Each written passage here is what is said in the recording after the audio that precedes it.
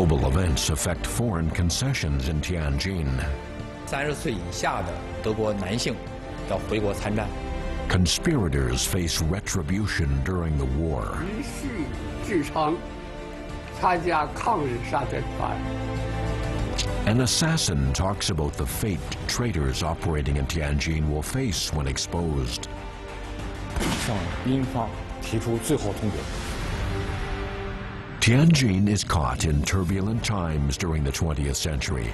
Those years of strife are filled with stories that reveal the character of an era.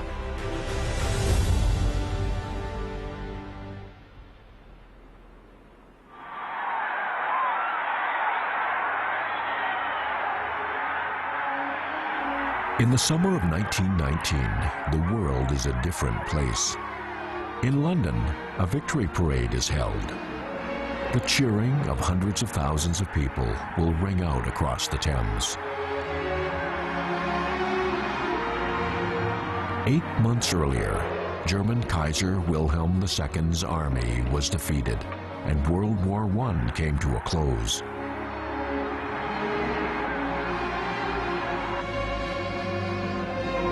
In China's capital, the northern government uses the 5-colored flag above the Forbidden City to send the message that justice finally defeats the big foreign powers. China makes its contribution to victory in World War I, and people now believe the humiliation suffered since the Opium War will be washed away.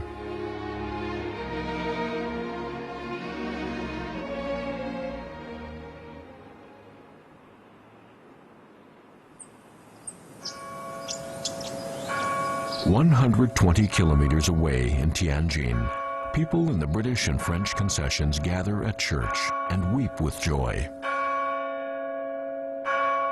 Their relief at the victory over Germany eases the trauma of war. A heavy burden lifts as the bells ring. In the German concession across the road, it's a different story. The tolling of the bells irritates the Germans. Defeat is a hard thing to swallow.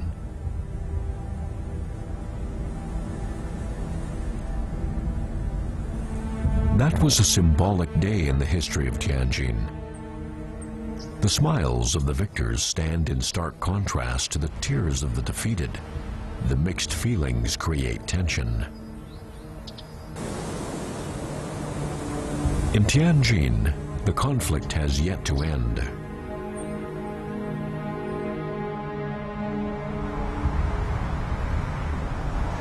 The busy intersection of South Jiafang Road and Puko Road is the former Wilhelm Square.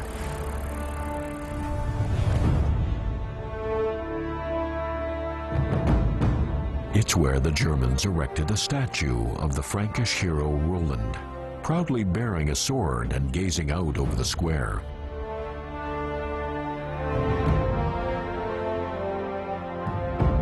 Germany's surrender brings about a dramatic change.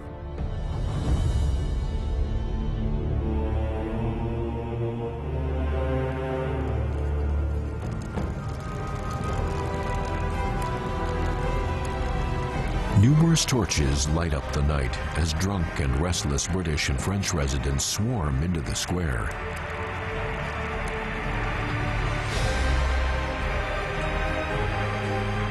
They throw a rope around the neck of the statue. They pull hard, and it begins to shudder and then topples as the crowd cheers.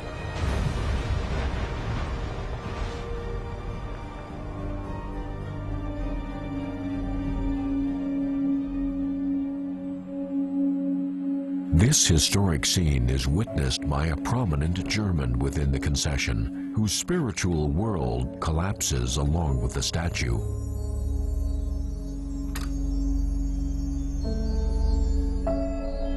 His gun looks menacing, but it's been rendered harmless.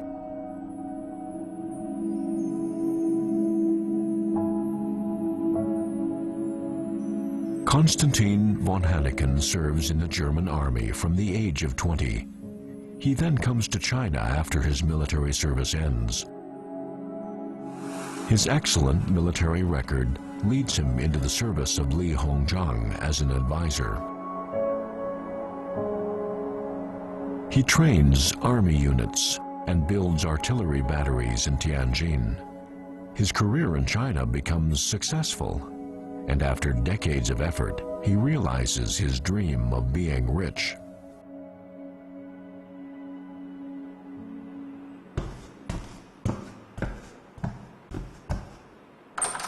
In the summer of 1914, an urgent telegram from the German embassy reaches Hanneken. He grows anxious as he reads it. Germany is declaring war on France. This conflict will draw in many other countries. Hanneken is uncertain how China will react.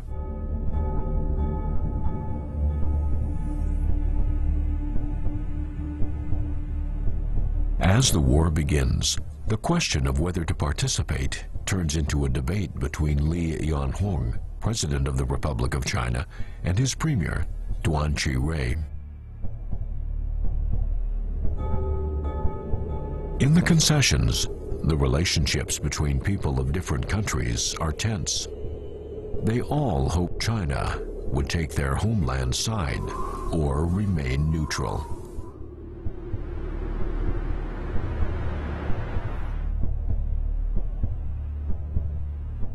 Germany invades France, and Britain sends troops across the English Channel to help with its defense.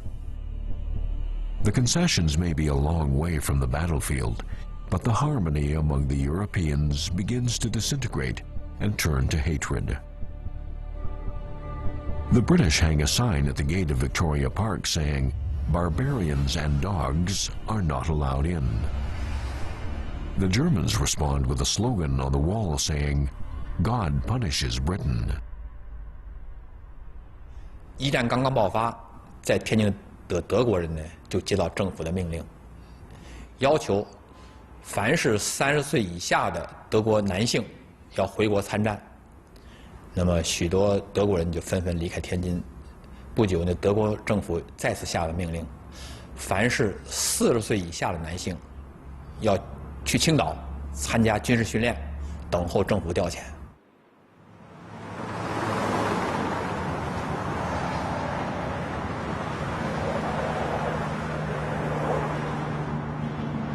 This neo-Romanesque building on South Jiafang Road is the former German club. Hanneken uses it to raise funds for the war. He's a former German army officer and loyal to his nation. There are white, black, and yellow boards in the image of German soldiers, representing different amounts of money. His fellow Germans use thumbtacks to express their love for their nation. The black and white boards record contributions of 10 and 100 Reichsmarks. They fill with thumbtacks. The yellow one, which records 1,000 Reichsmark contributions, is dotted with just a few thumbtacks. Hanneken grows outraged at this. He donates almost all of his wealth and presses the remaining thumbtacks onto the yellow soldier, as if dressing the soldier in a suit of armor. The political alliances are quickly changing. In March of 1917, Li Yanhong is forced to step down.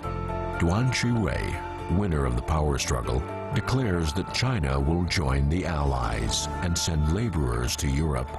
China declares war on Germany. An order to take back the German concession in Tianjin is soon issued.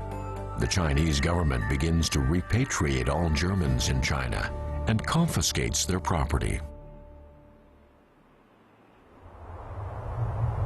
On the 16th of March in 1917, fear fills Tianjin's German concession. The diplomatic commissioner of the Chinese government leads 300 policemen carrying the 5-colored flag toward the German concession. They plan to take it back. The commissioner rides in a carriage and gives orders. The hooves of the horses and stamp of the policemen's feet echo through the streets and alleys. It's the 57th year of Tianjin's position as a commercial port for foreigners in China. In nearly 6 decades, it's the first time the Chinese government ever raises its voice.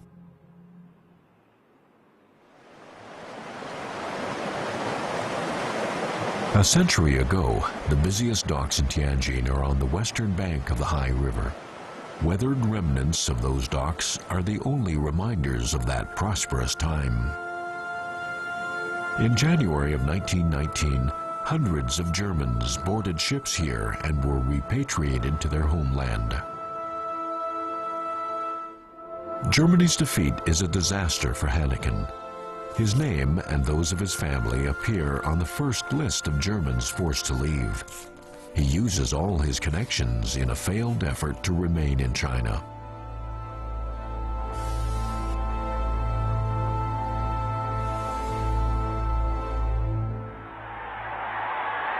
Meanwhile, the Paris Peace Conference convenes in the Palace of Versailles. Japanese Representative Saionji Kinmochi gives a speech that infuriates the Chinese. He puts forward the idea that Japan should inherit all that Germany held in the province of Shandong. Faced with Japan's ambition of nibbling away at Chinese territory, U.S. President Thomas Woodrow Wilson remains silent. Though it's in the winner's camp of World War I, China finds itself being pushed aside as key decisions loom regarding its territory. The May 4th movement begins, but the rage and indignation of the Chinese people doesn't extinguish Japan's ambitions.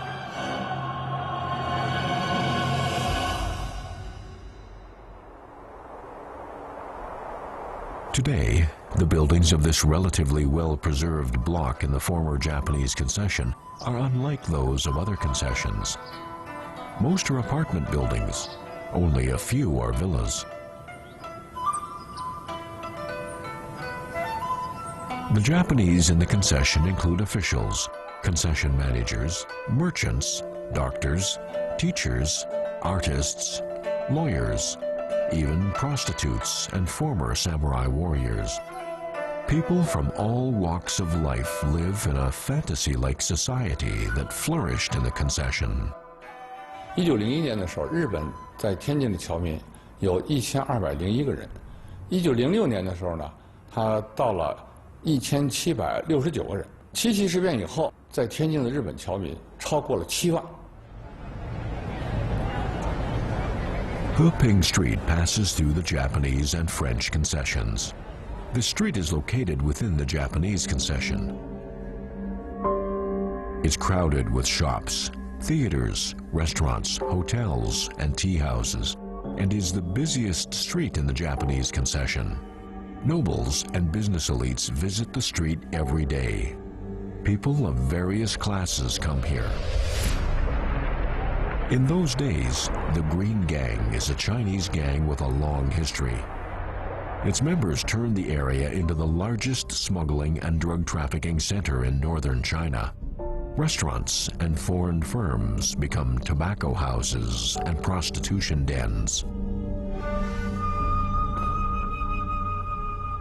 One day in 1921, a Japanese man wearing Chinese clothes enters a tea house in the Japanese concession.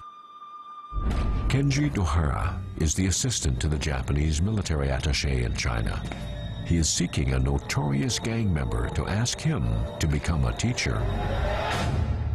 Wei Dakua leads the Tianjin branch of the Green Gang. He wants to reinforce his position with the help of the Japanese.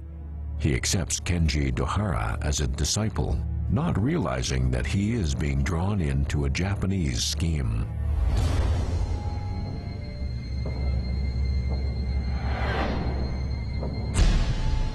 Kenji Duhara wants to exploit the huge influence of the Green Gang.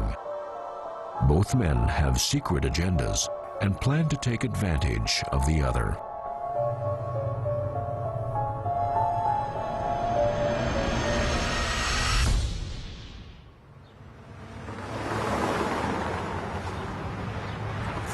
Number 70 Anshan Road is a Spanish-style wood and brick building. It has a poetic nickname, the Garden of Serenity. For a time, it's the home of China's last emperor, Puyi.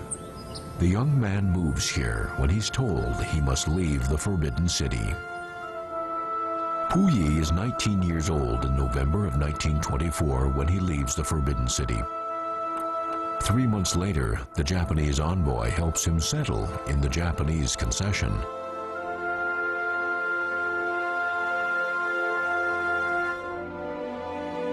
The journey from emperor to civilian will not remove him from the spotlight. With support from remnants of the Qing imperial court, his goal is to restore the old dynasty. But he can't see that he's being lured into a trap. 日本人派来的警察给溥仪当门卫和保镖。实际上日本人对溥仪进行了全程的监控。日本军方呢还派了他参谋人员给溥仪搞各种讲座，以日本人的眼光来分析中国和世界的局势，炫耀日本的强大和无敌，而且呢山贺溥仪光复祖业的这个野心。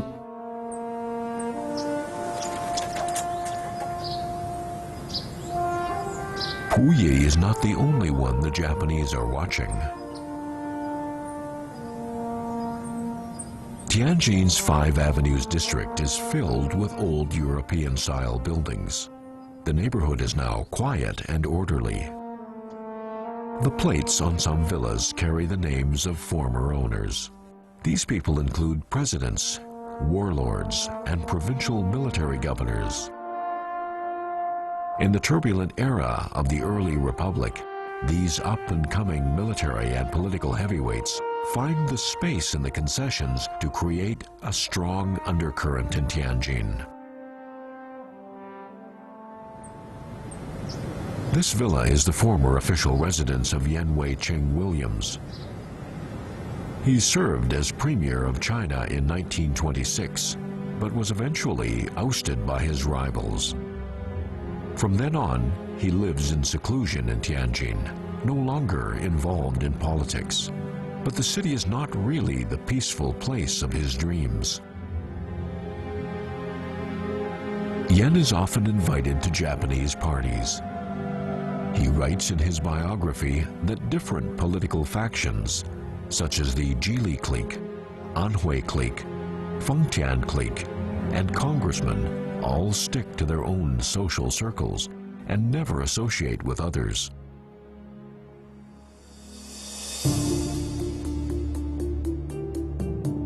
The Japanese gather members of the various factions together through the parties they host.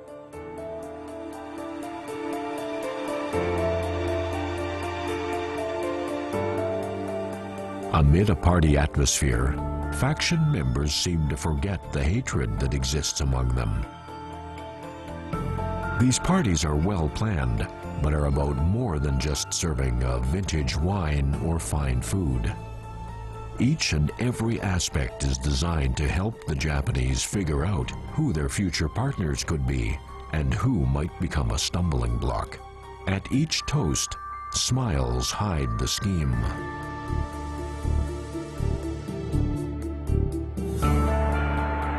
In the years after Tianjin opens as a commercial port, it's under the control of the British. It will even influence the fate of China. In the 20th century, things are changing. With expansion on its mind, Japan gradually takes the leading role in Tianjin.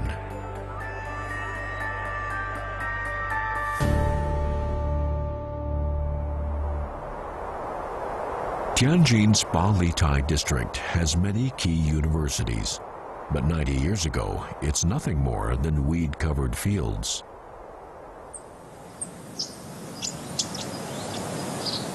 In 1919, Zhang Boling establishes a university in this open space. It's named Nankai University. Years later, the Japanese will establish a farm adjacent to it.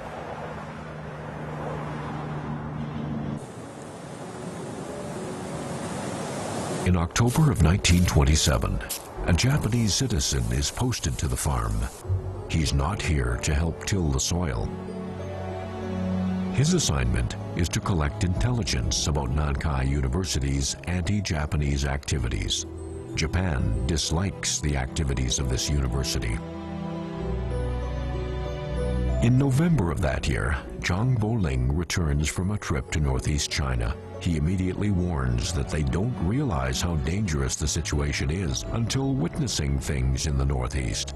The Northeast China Research Association of Nankai University is established shortly afterwards. 在东北研究会的宣言里张伯苓就指出，我人对东北之山川道路、物产风俗、政治经济、社会情形之调查研究者又有几人？反观日方公私研究机关之林立、设备之完善、资金之雄厚、调查之先进，能不汗颜乎？ On the night of September 18th in 1931, Japanese agents sabotaged the South Manchuria Railway, and Japan blamed China. They used this as a pretext to attack the military barracks on the outskirts of the city. The event will become known as the Mukden Incident. Facing pressure from the international community, Japan needs to find a puppet leader to establish their Manchukuo colony. They look to Puyi, China's former emperor.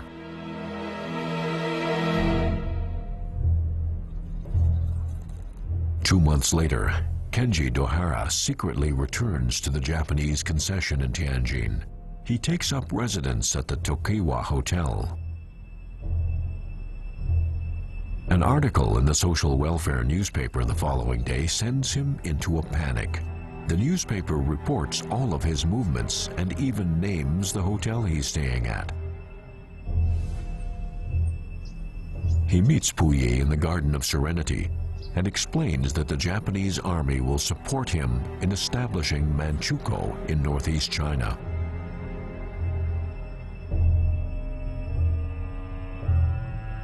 This is also revealed by the newspaper, which warns local citizens that Duhara might instigate violence in Tianjin or even spirit Puyi away to northeast China. The Japanese operative is being closely watched.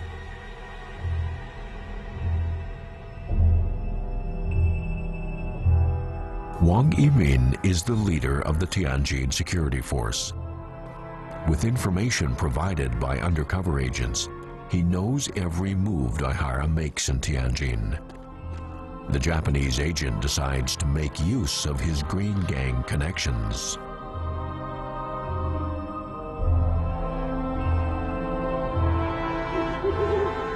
On the night of November 8th, gunfire is heard in Tianjin. No one sleeps that night, and many residents trembled with fear. 当时我6岁，我所能记忆的呢，就是这个枪声啊、炮声啊都挺厉害。因为我家就住在这个东马路附近，就接着日租界，说便衣队从日租界出来以后呢，在东马路那儿进行一些活动，所以枪声啊非常密集，也听见炮声从这个空中里飞过。 Armed and under the cover of darkness, gang members organized by Duhara attack government offices and the police station. The Japanese issue orders by telephone from their concession.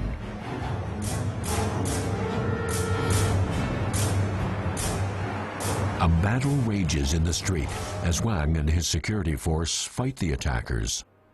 They kill 3, capture 61, and execute 10 immediately.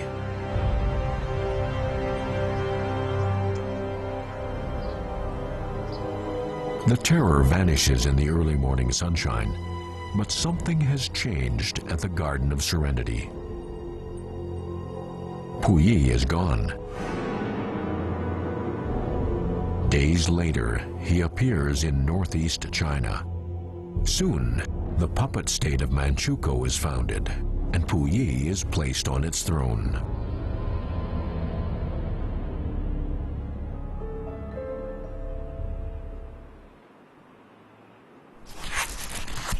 This file concerning a teacher is kept in the archives of Nankai University.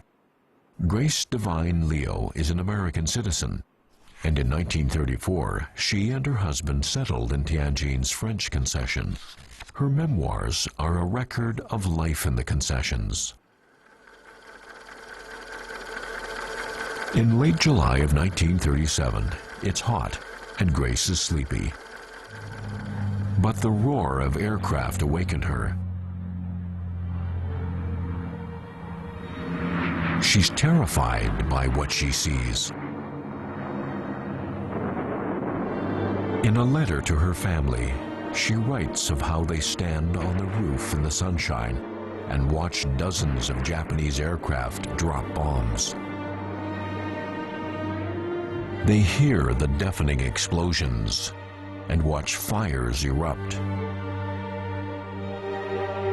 The bombing of Nankai University is ruthless.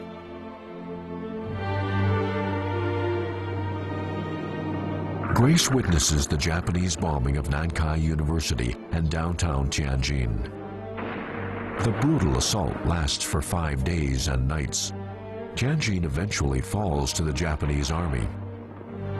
She watches as truckloads of bodies are carried away.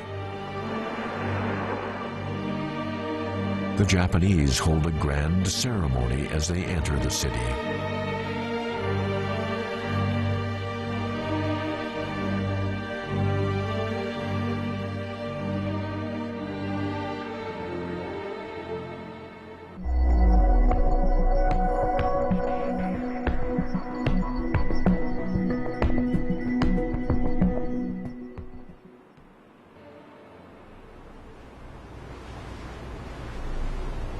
Five-year-old Zhu Zongliang is a former Nankai Middle School student.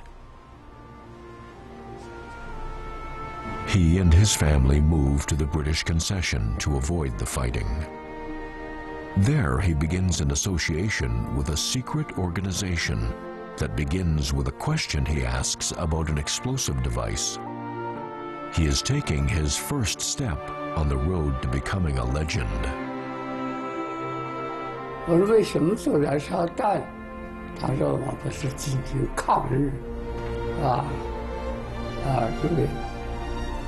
对，于是就跟我说了，他说你不不的愿意参加我们，我就觉得这个时候抗日简直是没有第二个条路的这个很正的事。 犹豫了一下，我才答应。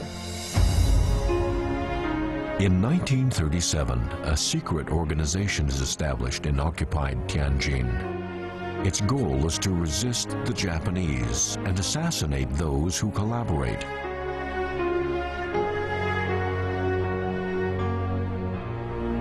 Most of its members are teenagers from prominent families. The grandson of Manchukuo Prime Minister Zheng Xiaoshu, the son and daughter of General Sun Liangzhong, and the niece of General Feng Jian are all part of the organization. They live in foreign concessions that enjoy a special status. The concessions offer shelter for their activities. 于是以自称参加抗日杀敌团。 今后愿在组织领导下积极工作，保持组织秘密。如有违犯，愿受最严厉制裁。 One morning in April 1938, Zhu Zongliang discovers the pocket money his father gives him is different. The strange name of Federal Reserve Bank of China is printed on the notes. It baffles him. He doesn't know that the world around him is changing rapidly.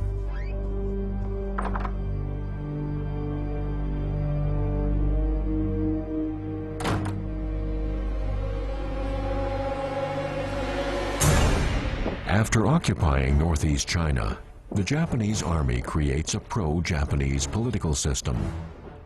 After establishing the provisional government of the Republic of China, it facilitates creation of the Federal Reserve Bank of China. To finance the purchase of huge amounts of strategic materials, banknotes are printed day and night.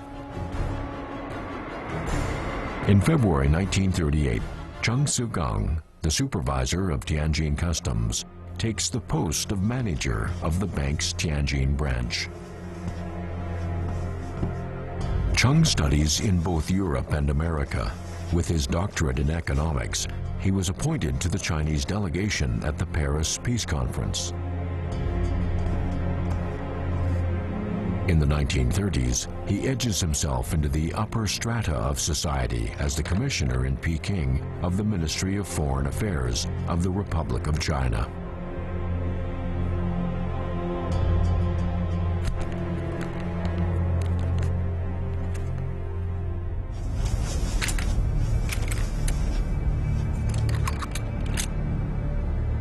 On December 28th, 19-year-old Zhu Zongliang takes his first assignment. He's to assassinate Wang Julin, chairman of the Japanese-controlled Tianjin Chamber of Commerce. He pulls the trigger at the gate of Fengziyuan Hotel in the French Concession.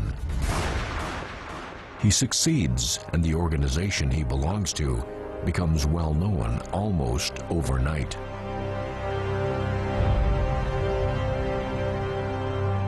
Chongqing, 除了发了一些奖金，3000块钱奖金，另外下了道命令，是吧？以后制裁汉奸，必须要通过批准，啊，不准自拍大杀，啊。同时啊，在这个附了一个名单，这个名单，啊。 这个很长，都是大汉奸。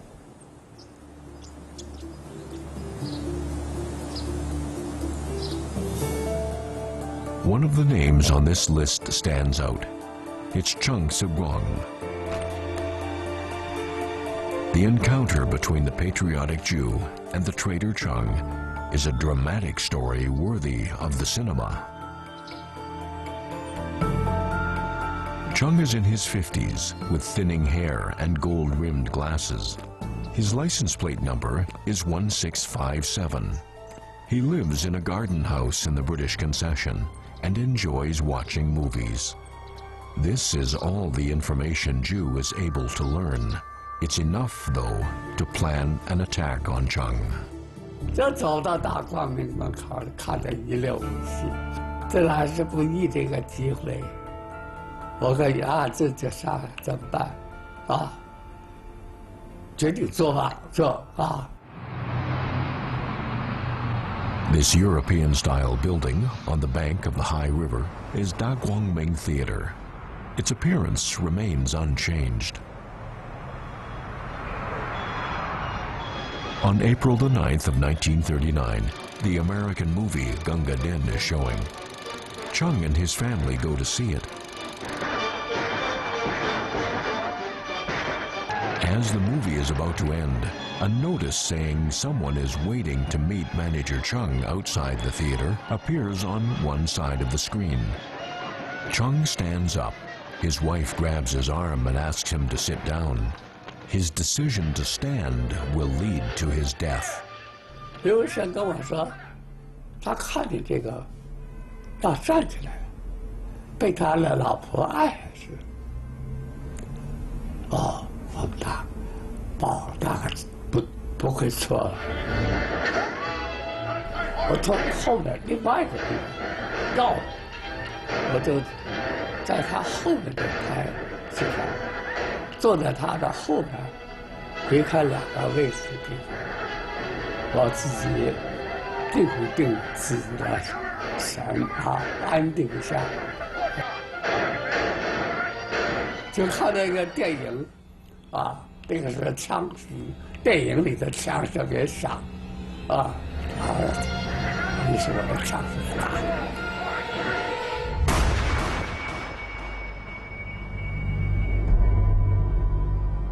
Zhu escapes in the confusion that follows.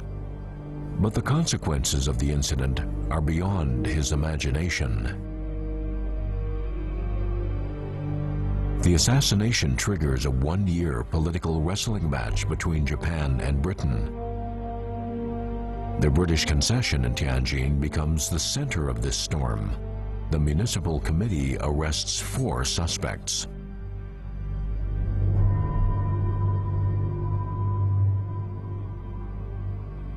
事实上，英方逮捕的4个人跟这个案件没有直接的关系，但是日方呢仍然坚持要引渡，最后日方和英方呢，双方谈判没有结果。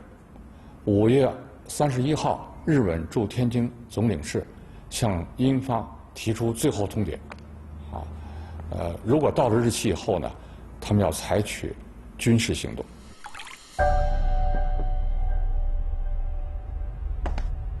On June 14th, Grace awakes to find her tranquil neighborhood is completely cut off.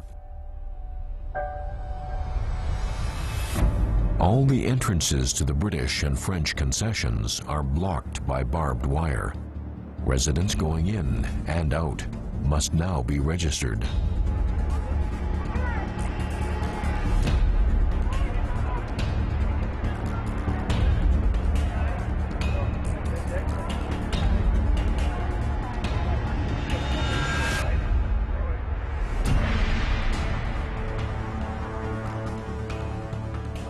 In December of 1941, Japan pushes its war of expansion across the entire Pacific Ocean.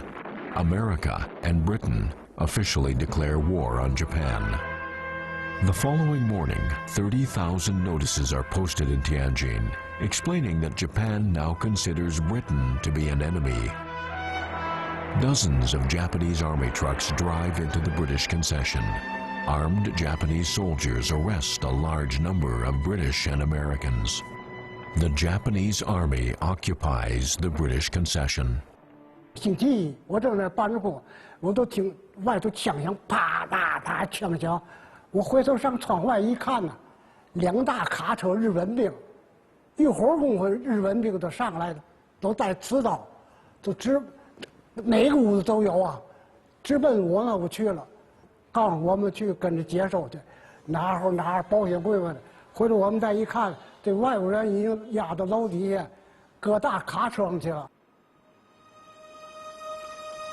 The British and Americans are taken to the Astor Hotel to be registered and get armbands indicating their nationality.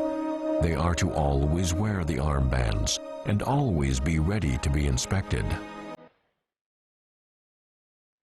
What Constantine von Hann endured 20 years earlier as Germany was defeated is now happening to the British and Americans.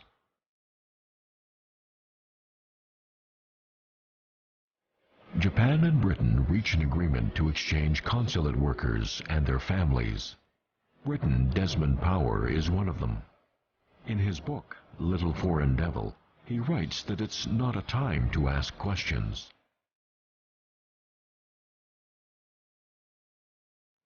Well-wishers swarm around the bus, laughing, crying, waving handkerchiefs, and shouting goodbye. Japanese fists, heels, and rifle butts force a general retreat to the pavement.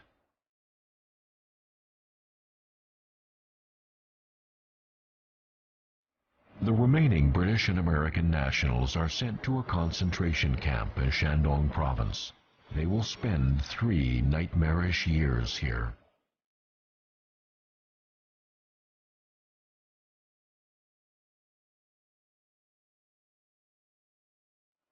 Grace avoids being registered. By a miracle, she escapes. She hides at home and stays out of sight for more than 1,000 days and nights.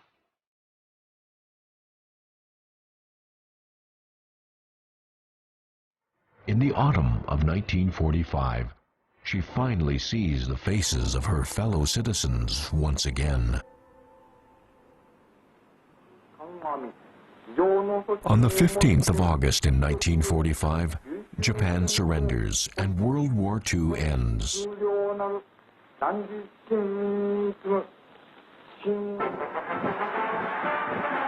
At the end of September, 18,000 U.S. Marines land at Tanggu and enter Tianjin. They take the place of the Chinese military and accept the surrender of the Japanese army.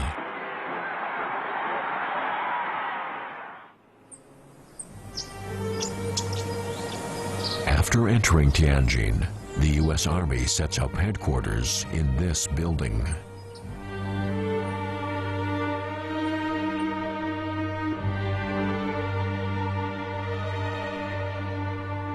October 6th of 1945 becomes an historic day in the modern history of Tianjin. At 9 o'clock in the morning, more than 50 U.S. Marines escort 7 Japanese military officers to this building. The commander of the Japanese army in Tianjin and 6 other officers walk up to desks and disarm themselves. And then, both sides sign the surrender.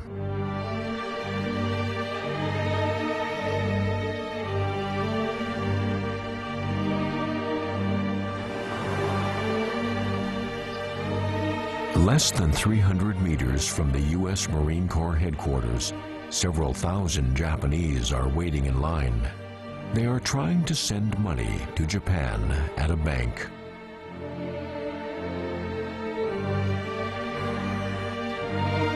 Three years before, the Japanese drove British and American nationals out of the concessions.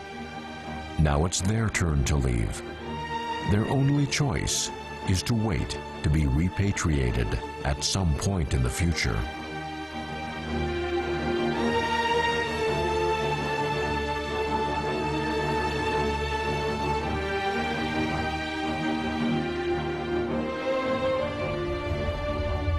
Victory, defeat, joy, and sadness sweep through Tianjin in turn. The history of 9 countries' concessions is drawing to a close.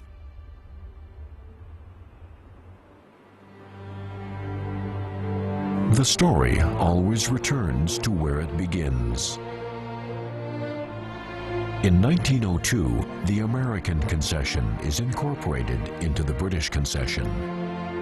On March 27th of 1917, the Chinese government declares the German concession is officially returning to China.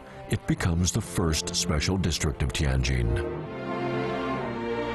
On August 14th of 1917, China takes back the Austro-Hungarian concession and renames it the second special district of Tianjin. On August 6th of 1924, the Russian concession is reclaimed. It will become the third special district of Tianjin. On January 15th of 1931, China takes back the Belgian concession and names it the fourth special district of Tianjin. In October of 1945, the Chinese government takes back enemy-occupied areas and the Japanese concession in Tianjin. By the end of 1945, China officially takes back the rest of the foreign concessions. The 80-year dominance of foreign concessions in Tianjin is at an end.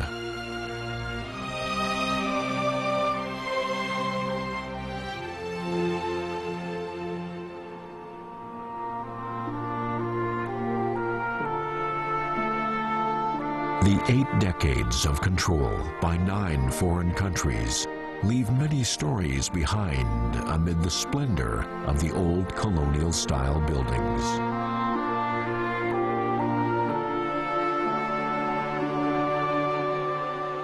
The stories tell the historic rise and decline of an international city. The prosperity of today's Tianjin washes away the stains of the past. It becomes a city that openly embraces the international community with confidence and tolerance.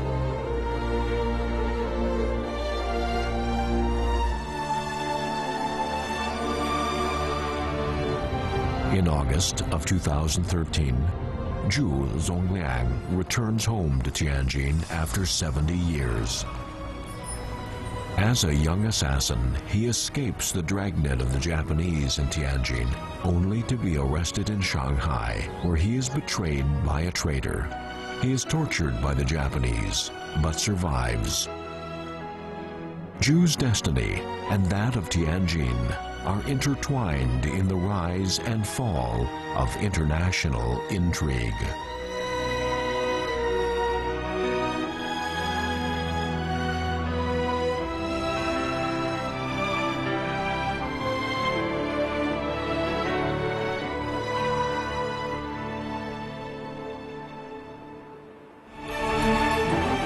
Born nearly a century ago, a man reflects on the decades of turmoil and prosperity. The opportunity of earning great wealth draws resourceful people from far away. The invasion of foreign banks leads to soul-searching among China's financial community. A Peking opera master witnesses the rise of a business legend who creates China's first mall.